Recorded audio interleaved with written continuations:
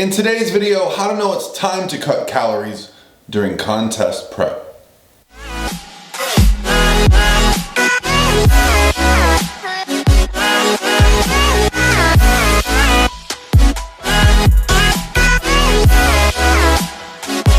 All by myself. Hey guys, what's going on? This is Paul Ravella from ProPhysique.com, and today's video is going to be specifically about the topic of contest prep and how to know when it's time to cut calories. I think this is probably one of the biggest reasons people use a coach when it comes to competition preparation. There's such a specific look that we go for, and as an athlete, we are often not able to be objective. It also takes quite a bit of experience to understand how to adjust these things, the cardio, the diet, to ensure that we're looking stage ready. You see, contest prep is not about looking good. No, we go well beyond what looks good to the point where we almost look no longer good. Okay, we might actually look worse to the people around us, but getting on stage is something much different than just looking fit, okay? Getting on stage under lights requires a body fat level that for the general public would be considered less than ideal. But for anyone that's attended a bodybuilding show, you know just how harsh those lights can be. And when you're being judged under those lights, the leaner you are, well, the more muscular you will look. And that's what's most important when it comes to contest prep, getting on stage, is making sure you attain that look. So I got a message on my DM, and I thought, you know what, this is a good question to address. It's a very large topic, and I'm doing the video inside today because it's really windy outside. So the reason I wanted to address this question is, well, basically put, we're about to that time of year where contest prep is about to get underway. I've had one competitor compete this year, but I have a couple competitors that I'll be writing peak weeks for this week. So it seemed like a perfect time to start addressing this situation. First rule of knowing when to cut calories. Now, I don't have any specific information for this person, so it's going to have to be very vague. The first rule is we need to know how far away from stage weight you are, okay? Stage weight is also something that you have to know through experience. Generally, if you're not experienced and you're just guessing what your stage weight is, you're going to guess high. You're probably going to guess high by 5 or 10 pounds. Determining your stage weight is going to go a long way in determining how aggressive you need to be with calories. You said you're 9 weeks out. If you're 9 weeks out and you're only 3 or 4 pounds from your true stage weight, then you can wait a little bit longer. Typically, I do weekly check-ins, and in those weekly check-ins, if we're not seeing progress, we will adjust. However, if we are getting very low and towards the end and closer to stage weight, sometimes 10 days, even 2 weeks will be our judgment for progress, because sometimes the scale is going to move very slowly and the visual changes are what we're actually noticing, things in the mirror. The leaner we get, I find, the more we see visual changes before we see a scale change. Another thing to take into consideration, especially as we get leaner and below our natural body fat set point and very close to stage weight, fat loss is not linear, weight loss is not linear. So if our goal is to lose 2 pounds per week, if that was linear, we would see maybe, a third of a pound a day, just kind of ticking away. That's not going to happen. More than likely, what we're going to get into is what's called the whoosh effect, where the scale does not move for a week at a time, 2 weeks at a time, and then it makes a large drop of 2 to 3 pounds. I'm not going to get into the details of why that might be happening, but that is a very common consideration, and it's why I, as a coach, have to pay attention to a few things, not just the scale, but how clothes are fitting, how the mirror looks, and how all the things that go into stage presence are playing out before I make an adjustment. Now, if you have not dropped weight and it's been a week and your calories are still in a good place, then I would adjust. You can always bring calories back up as you get closer to stage if you are ready a little bit early. However, you cannot extend the date of the show that you're attempting to do. If you have a second show picked out, that's always an option.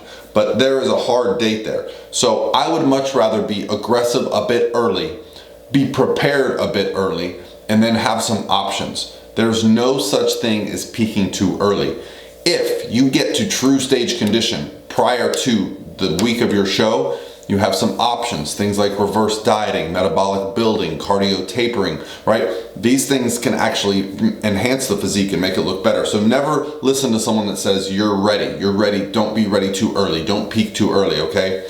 That is a falsehood. A good coach would much rather have someone ready early than risk having to use peak week to get into better condition, okay? So, what are some other things that I look for when it comes to when to adjust during a diet?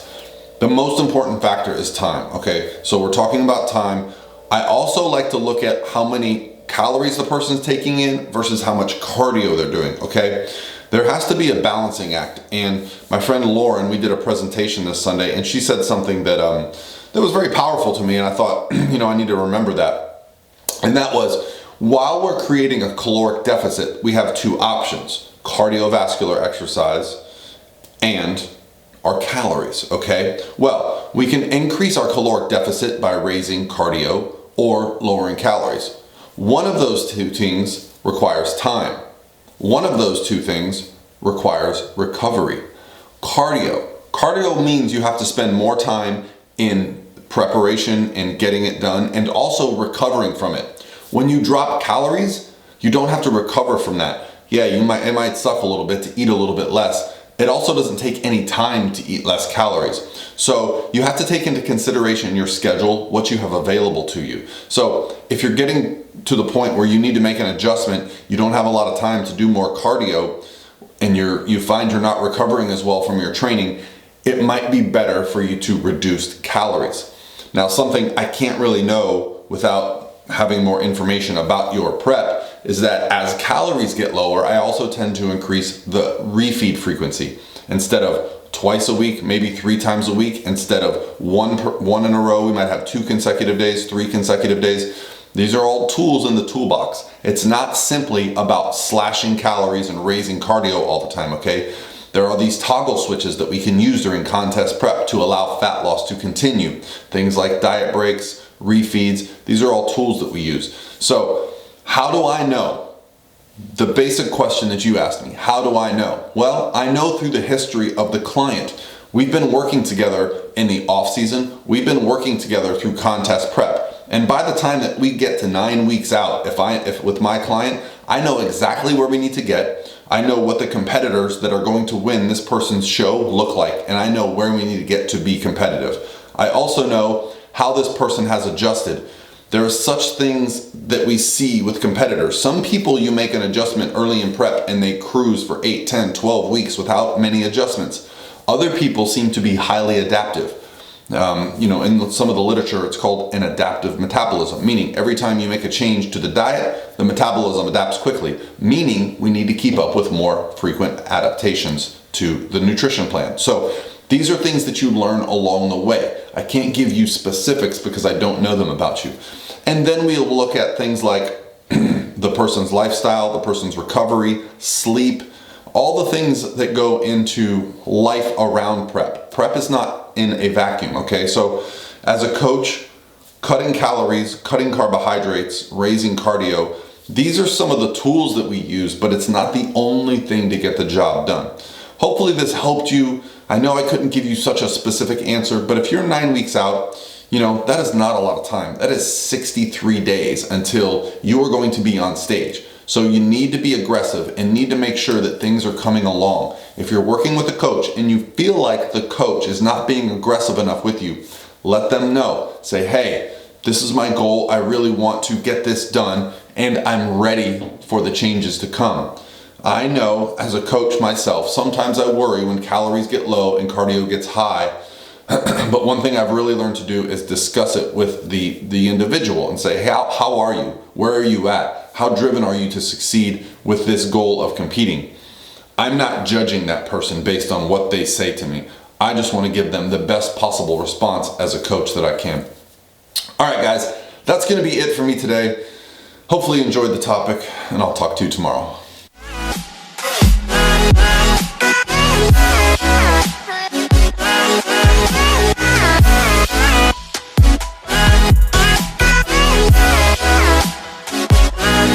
by myself.